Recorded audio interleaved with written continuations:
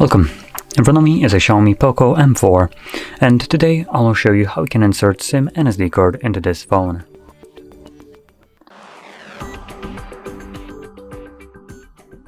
Now before we get started, you will need to grab a SIM eject tool similar to this one, which will come provided with the device, but if you can't find it, you could also use a paper clip. Straighten out one of the ends and it should work just as well. And once you have either one of those, take off the case if you have one on your device, and then locate the tray, which is located on the upper left side of the phone, right over here. Grabbing the pen, you want to push it in there, and you'll see that the tray pops out ever so slightly, enough for you to grab it and yank it out. On the tray you'll have space for 2 different SIM cards and 1 SD card. So I'm going to occupy one of each trays. There we go. When you're placing the SIM card, you can occupy either one of these spots, it doesn't really matter, or you can also use both of them if you want.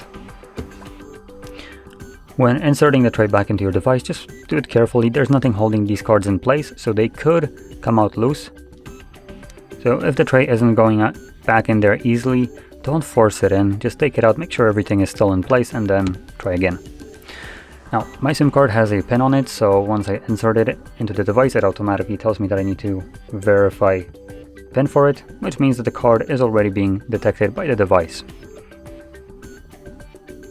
Now, it might not find any kind of reception because the card, I believe, is kind of deactivated, but obviously with the PIN, it did detect that there is a card inserted into the device.